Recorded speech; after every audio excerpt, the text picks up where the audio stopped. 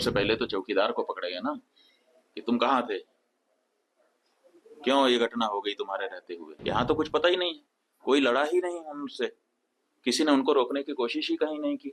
वो आए, घटना की, आराम से चले गए। बूंद बूंद के लिए तरसेगा पाकिस्तान, एक गिलास शुद्ध पानी नहीं मिल पाएगा, खेती नष्ट हो जाएगी, बिजली नष्ट हो जाएगी, ये हो जाएगा, वो हो जाएगा। गजब बता रहे थे, ऐसा लग रहा था कि जैसे प्यास तो लग ही गई पाकिस्तान को। अब तो ये स्पष्ट है कि कोई है जो भारत को चुनौती दे रहा है, कोई है पूछ पूछ करके कि हिंदू हो मार रहा है। इसका मतलब है कि कोई है जो हम हिंदुओं को चुनौती दे रहा है। इसलिए भारत देश को चुनौती है तो भारत देश के नेताओं को, हमारी सरकार को उस चुनौती को स्वीकार करके चुनौती देने वालों को सबक सिखाना चाहिए। जहां तक हम हिंदुओं का प्रश्न है, एक हिंदू धर्माचारी होने के नाते हम भी अपने हिंदू समाज के लिए चिंतित हैं।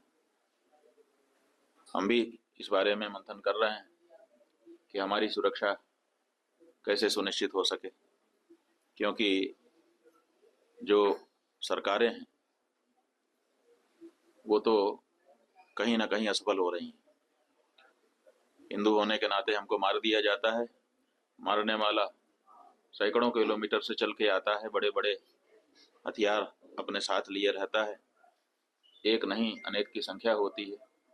बाहर आराम से आ जाता है, आराम से घटना करता है, 30-40 मिनट रुक करके लोगों को मारता है, पूछता है, ये करता है, वो करता है, और फिर आराम से चला जाता है।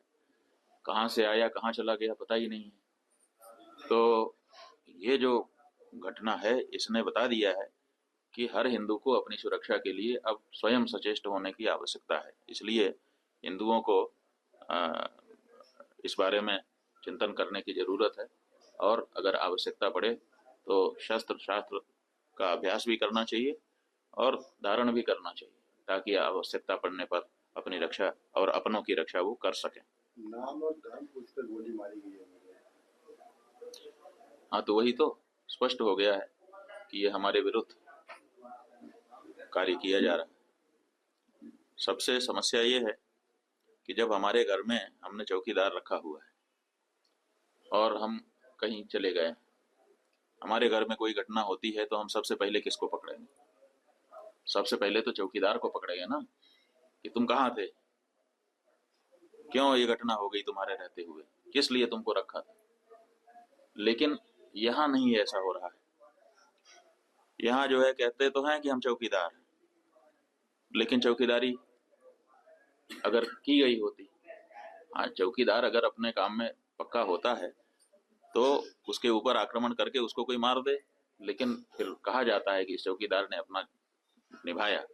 यहाँ तो कुछ पता ही नहीं है, कोई लड़ा ही नहीं उनसे, किसी ने उनको रोकने की कोशिश ही कहीं नहीं की। वो आए, घटना की, आराम से चले गए, कहीं पर उनको कोई बाधा नहीं है। कहाँ है चौकीदार?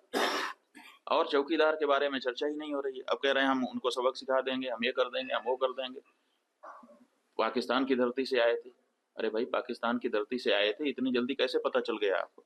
और अगर इतनी जल्दी आपको पता चल जाता है तो घटना के पहले क्यों नहीं पता चल गया? और दूसरी बात यह है कि अगर पाकिस्तान से आए तो पाकिस्तान के खिलाफ अच्छी तगड़ी कार्रवाई करिए। आप कह रहे हैं कि हम सिंधु नदी का जल रोक देंगे। आपके पास जल को रोकने या उसको डाइवर्ट करके अपने ही यहाँ अपने ही देश में रख लेने का कोई उपाय ही नहीं है। हमने विशेषज्ञों से पूछा कि अगर हम सिंधु नदी का जल पाकिस्तान में जाने से रोकना चाहते हैं तो हमारे पास क्या व्यवस्था है। उन्होंने कहा हमारे पास कोई व्यवस्था नहीं है। अगर हम आज से शुरू करें कि ऐसी व्यवस्था हम बना ले तो पैसा कितना लगेगा वो तो अभी पूछिए ही मत। अगर पैसा पर्याप्त दे दिया जाए, पैसे के कारण एक दिन भी काम ना रुके, तब भी 20 साल लगेगा, तब हम सिंधु नदी का जल रोक पाएंगे।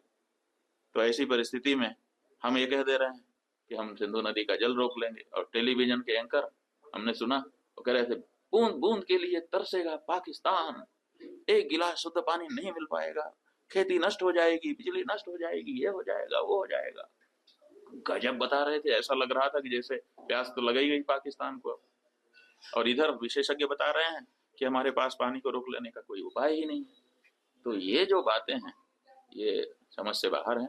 हमारा ये कहना है कि घटना बहुत बड़ी हुई है, इससे बहुत सारी शिक्षा समझ लेने की आवश्यकता है, सबक लेने की आवश्यकता है। और सबसे पहले जिन लोगों से ये चूक हुई है उनको चिन्हित करने की आवश्यकता है और उनको दंडित करने की आवश्यकता है। उसके बाद अगर कोई अधिकारी है तो उसके ऊपर भी प्रहार करना चाहिए।